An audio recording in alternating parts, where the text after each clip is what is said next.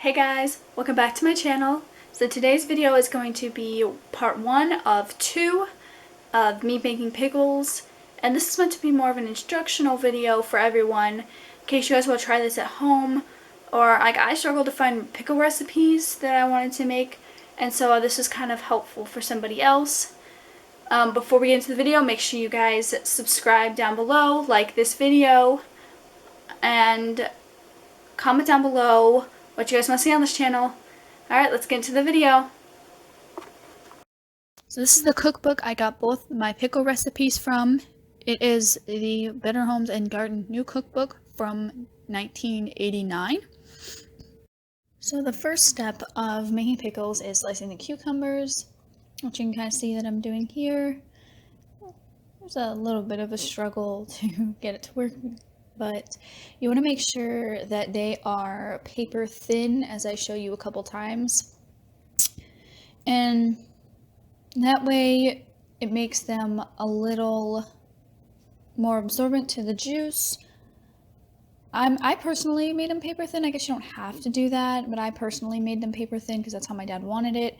If you want something a little crunchier, I would recommend doing it a little bit thicker, as you can kind of see. And I also, when I started getting to the bottom, I would like cut up small pieces. Now I'm moving on to the onions, and there you just obviously peel the onions very safely.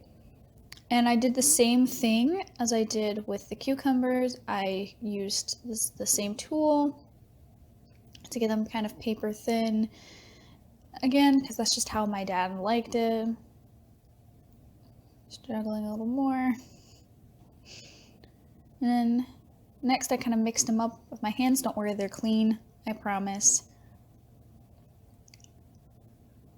And I'm gonna add some kosher salt to help kind of dry it out a little bit. Add a little more than, I think it's half a cup.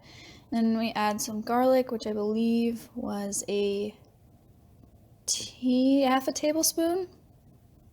And I might have added just a tad bit more as well, and mix that up again just to make sure the garlic and the salt touch all of the pieces of the cucumber and onions. And I'm gonna move these to a bigger bowl because I'm gonna add ice next. There really isn't a limit to how much ice you add, but I had a ton. We think we did pretty much like the entire ice cube tray of ice, and then just mix it around, and you're gonna let it sit until the ice pretty much melts and it's just a big liquid mess. So the next step is to strain the mixture, the cucumber and onion mixture. You see what I'm doing now. Remember, we put chunks of ice in here, and so that's what I'm doing. I'm getting the ice and the water out because it was chunks of ice in there, and it sat for a few hours. All the ice is melted, meaning we have to drain the water out. And then you see I'm pulling ice cubes out. There's some of the ice cubes that I'm pulling out right now. And I started doing that with my hands, but I think I need to I grabbed a spoon to just stir through and get out any ice bits. And we decided to go ahead and drain this when there were like only a couple ice cubes left, because we just used ice cubes from our freezer. So when you go to drain this, you want to make sure that there is a full, like pretty much all water with maybe a little bit of ice in there that you have to pull out, because you don't want the ice in the mixture in the pot when you go to put everything together, and you really don't want it in your can as well, in your jar that you're going to put the pickles in. And also at this time is when you would pull out the garlic cloves. If you used actual garlic cloves, which I used the jarred stuff you can get at Walmart instead of the fresh cloves, so I didn't have to pull any garlic out. I'm just pulling ice cubes out. But if you wanted to, you could use fresh cloves, but this would be when you would pull them out, when you're pulling out the ice. And it's okay to leave a couple ice cubes in. I think we had a couple small ones in there, but this mixture sat for a little bit longer, like another half an hour. So those ice cubes pretty much melted and drained into the sink. And here's what the finished product looks like. Now we're gonna move over to the stove and get our apple cider vinegar mixture, our brine started. So here we have apple cider vinegar, which the recipe specifically calls for apple cider vinegar, not white vinegar. I have never tried making these with white vinegar, but I imagine that's gonna taste a little bit different if you wanted to switch that out or if you don't have apple cider vinegar. And so it calls for, I believe, 3 cups of apple cider vinegar. If I can get the thing open. I don't know. Eventually. But I may have put a little bit more in or a little bit less in depending on how many cucumbers I had. It looks like I'm using half a cup measurement, so I might have put a little bit less. Let's see. 2, that looks like a cup right there. And a cup and a half, so I might have only done half of the mixture instead of the full mixture because I didn't have as many cucumbers or I just didn't have as many jars. It looks like I left the stove for a moment, so hopefully I'll come back. Oh, I did. So the next thing you have to put in is the sugar, because these are bread and butter chips, so they're gonna have some sugar in them. And this called for 5 cups of sugar, which I halved the recipe, so I went ahead and put, I think, 3.5 cups, or 2.5 cups, I'm sorry, of sugar in. It looks like I have the recipe. And it's just me scooping sugar. Just 1 cup. And maybe 1.5. I'm having a little trouble with the sugar. I'm not holding it right or something. There you go. There's 2 cups. And it looks like 1/2. Maybe I'm doing a little bit more than that. Okay, so I did put a little bit more in. I am taking kind of my own liberties with this recipe, but I did put a little bit more sugar in. Probably just to make it a little bit sweeter. And again, I was kind of taking my own liberties with this recipe because I wasn't exactly following it to a T. But the pickle still turned out great, so that's fine. So for the next step, you can see we're going to put ground turmeric and some mustard seed into our vinegar and sugar mixture. See, I'm looking around for the something to put in the turmeric in. So the thing, a teaspoon. I'm looking for a teaspoon. That's what I'm looking for. And so you put 1.5 teaspoons of the ground turmeric into the vinegar and sugar. Maybe it'll come out eventually. There you go. And of course, it's not coming out. There we go. We're getting some of it's going into the mixture, but that's fine because I'm gonna add a little bit more anyway. And this kind of gives it that yellow looking, like yellow look. That's and by the way, turmeric stains, so be very careful with it. Trust me, it will stain your countertop because it happened to me. And next we're going to put the yellow mustard seeds in, and for this it's going to be 2 tablespoons of yellow mustard seeds. And you're going to find, after I pour these in, I'm just going to add a little bit more, and you don't have to do that, that's just what I do.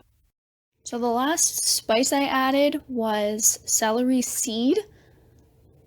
And this also called for about, I think it's 1.5 teaspoons of the celery seed. I guess maybe I put a tablespoon and I'm not sure, but I put that in, and again, I think I put a tiny bit extra. You can see my dad in the background. Hi Dad. But I did put a tiny bit extra. I think there's my 1.5 teaspoons. And then, yep, again, a tiny bit extra, you know, because I'm exactly following the recipe. The last thing you need to put into the vinegar mixture are the cucumbers and onions that we let sit for 3 hours, and then we drained, which mine didn't drain very well for some reason, but it's dripping all over the place. But you want to go ahead and put that in before it comes to a boil. And then we're going to end up bringing, once you mix this and stuff, all the ingredients together in the pan, we're going to go ahead and bring this to a boil. So then that way we can go ahead and put it into the jars after this. And I'll explain why it needs to be really, really hot. Everything needs to be really hot. But you really want this mixture to pretty much be boiling when you put it into the jars. For now, just sit and wait. Once your mixture comes to a boil, we're going to go ahead and put it into the jars. So for this, you want hot jars. I put mine in the dishwasher for like 30 minutes, and they were pretty hot. And the point of having them very, very hot and putting them in the dishwasher is so that they're sanitized and ready to work with, because you want to make sure you don't get a lot of bacteria in your food when you can it, because you can't, once you open it, you have to like refrigerate and stuff. So you want to make sure that there's no bacteria. So for this purposes, once it comes to boil, we went ahead and used a funnel and put all of the pickle mixture. So first we started putting like the pickles in, and then we started pouring the juices in. My dad kind of helped me with this one a little bit because it was hot. Just be careful. And it was hot and heavy. So we'll go on to the next step. Those of you wondering what that big black thing that's been in the background of the video is, that's actually a canner. And so what you do is you fill that up with water and you bring it to a boil, and it helps seal the jars that you can, your canning jars. So once we put all the liquid and the pickles into the 2 jars, we went ahead and put them into that big pot thing. So you'll notice that it has like these handles on the side. That's connected to like a wire base, and that's where you put the jars, and then you stick them under the water. So if you don't have one of these, you can also use like a spaghetti pot if your jars are small enough, or like if you have kind of a bigger spaghetti pot, you don't necessarily have a canner, you can just put them in, use tongs and stuff and put them in like that. But as long as your jars are covered with water, you should be okay. If they're not covered with water, they're not going to seal properly. And also make sure this thing has a lid to put on top, because that'll help them, that'll help them seal properly. And then you also notice that I'm using like these tong things. Again, that's just to make sure I'm not sticking my hand in scalding hot water, because that would hurt really, really bad. But you may start to notice in a few seconds that we realized once we put the jars in, there was not enough water in the pot, in the canning pot. And so we ended up, my parents running back and forth putting water in to try to fill it up to the top. And we actually put the lid on and we actually took all the cans out, all the jars out once we realized this, and then we put the lid on and let that come back to a boil, which this thing takes like 3 hours to boil water because it's so big and there's so much water in it. But once that came to a boil, I put the jars back in, and then we set the timer for, I think, 10 minutes, and then we let it sit in there, and that's going to help seal the jar shut. And once it's done, we laid some towels out, and we pulled the jars out and put them on the towels. And one thing with canning is you have to hear the pop. The pop tells you that the cans have sealed. If it doesn't pop, then you're going to have to put it in the refrigerator since it's not sealed. Thank you so much for watching this video. Part 2 will be out next week, and that'll be me making the second batch of pickles.